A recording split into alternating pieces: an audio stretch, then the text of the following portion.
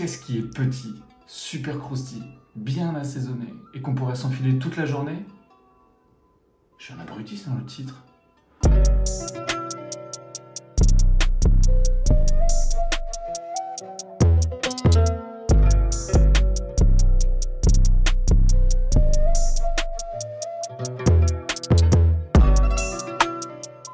Salut, vous êtes bien sur Hoogies, je suis Hugo et sur cette chaîne je vous propose des recettes bien funky et surtout pensez à vous abonner et à activer la cloche en dessous de la vidéo car en décembre je vais sortir une vidéo par semaine tous les dimanches. Restez bien jusqu'à la fin de la vidéo car j'ai une petite annonce à vous faire. Bon, sortez vos baguettes, aiguisez vos couteaux, on part en cuisine, let's go!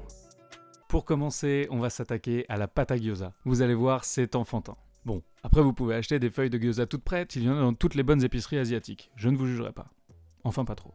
C'est parti pour mes petits aventuriers de la pâte. On commence par ajouter dans un saladier 300 g de farine. On fait chauffer 150 g d'eau en arrêtant la cuisson juste avant l'ébullition. On dissout une pincée de sel dans l'eau chaude et on verse progressivement sur la farine. On mélange avec un ustensile en bois. Moi je me la raconte de ouf avec des baguettes, mais une cuillère c'est très bien. Et une fois que c'est bien amalgamé, on peut passer à la main et ensuite finir sur le plan de travail. Et on pétrit bien pendant 5 à 8 minutes jusqu'à ce qu'elle soit super lisse.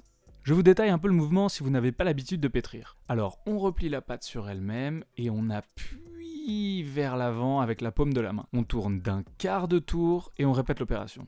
Vous verrez ensuite, c'est la mémoire musculaire qui fera le reste. On est tout bon, on laisse reposer la pâte dans un saladier recouvert d'un linge humide à température ambiante pendant au moins 1 heure. Pendant que notre pâte repose, on va se lancer sur la farce. Et c'est parti pour le chou, et c'est parti le stade des choux. Faut que j'arrête de chanter, je crois.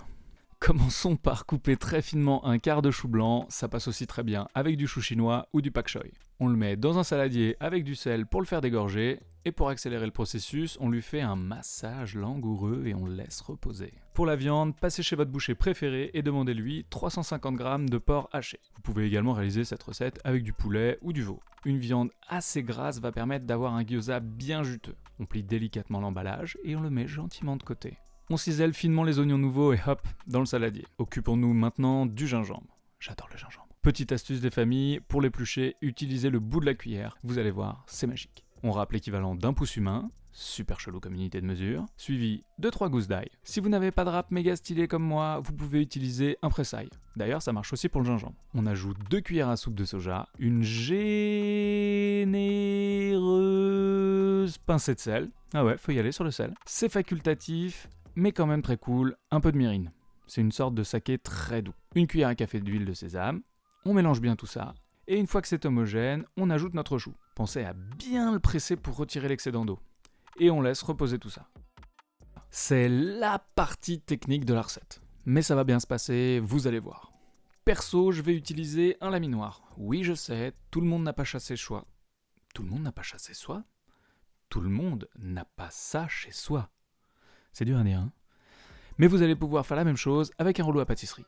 Et si vous n'avez pas de rouleau à pâtisserie, prenez une bouteille de vin. Bande de petites poches agnoles. On coupe la pâte en deux pour que ce soit plus simple à étaler. On va repasser la pâte plusieurs fois jusqu'à obtenir une épaisseur d'1 millimètre. Si vous êtes avec un rouleau, faites attention à ce que ce soit bien égal sur toute la surface. Ne vous sentez pas obligé de faire des bandes comme moi, un grand disque, ce sera parfait. Gardez de la maïzena sous le coude pour en répartir partout sur la pâte pour éviter que cela accroche.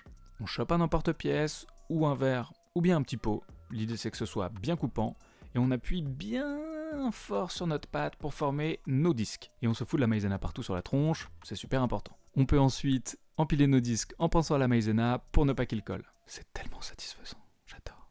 C'est l'heure de farcir les gyoza. Bon, je vous vois venir, vous allez me dire « Mais Hugo, tu nous as dit que l'étape d'avant c'était la partie technique, nanani nanana ». Détendez-vous, buvez un verre d'eau fraîche, vous allez voir, si vous suivez mes conseils, ça va être super easy. Prenez une grande inspiration, top à la vachette. On prend le disque de pâte et on va le disposer sur ses doigts. D'instinct, je dirais main gauche si vous êtes droitier et inversement proportionnel si vous êtes gaucher. On met une petite cuillère à café de farce. Attention, le piège, il est là. On est tous des petits gourmands et on a envie d'en mettre full. Mais pour réussir le pliage ensuite, il faut vraiment mettre une demi-cuillère à café, pas plus. Je vous jure, faites-moi confiance. On badigeonne de l'eau à l'aide de son doigt sur tout le contour du disque et let's go pliage. On pince la pâte au centre du gyoza. Puis on va replier la pâte 3 fois à droite vers le centre, à l'aide de son index, puis 3 fois à gauche vers le centre également. Et là, on appuie bien partout. Il faut que ce soit super bien scellé. Regardez, il est tout lisse, tout beau, tout fringant. Et hop, vous venez de faire un magnifique gyoza. Avouez que vous êtes choqués. On le met avec ses petits copains, on plie tous les gyozas, et s'il vous reste de la farce, n'hésitez pas à la congeler. Ou faites-en des boulettes par exemple. Bon, un gyoza sans sauce, c'est comme des pâtes sans parmesan, Tintin sans Milou, des huîtres sans vin blanc. Regardez cette vidéo sans être abonné. Je vous vois, je sais qui vous êtes. Abonnez-vous. Trêve de comparaison. Pour la sauce, moi je fais une huile pimentée maison inspirée de celle du restaurant 3 fois plus de piment à Paris.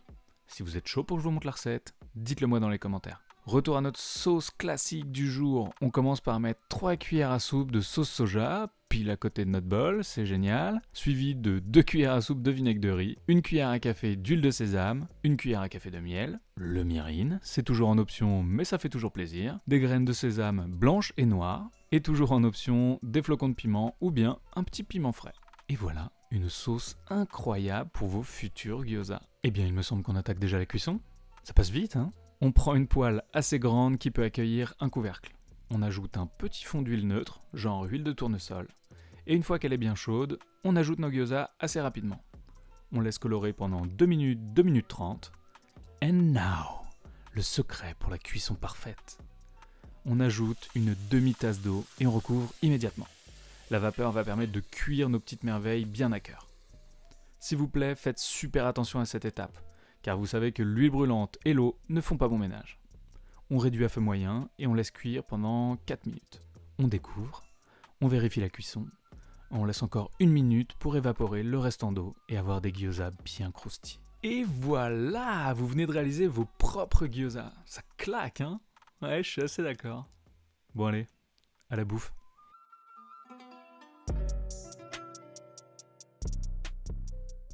J'espère que cette recette vous aura plu. Moi, comme d'hab, j'ai kiffé. Et pour rappel, tous les détails de la recette sont dans la description en dessous de la vidéo.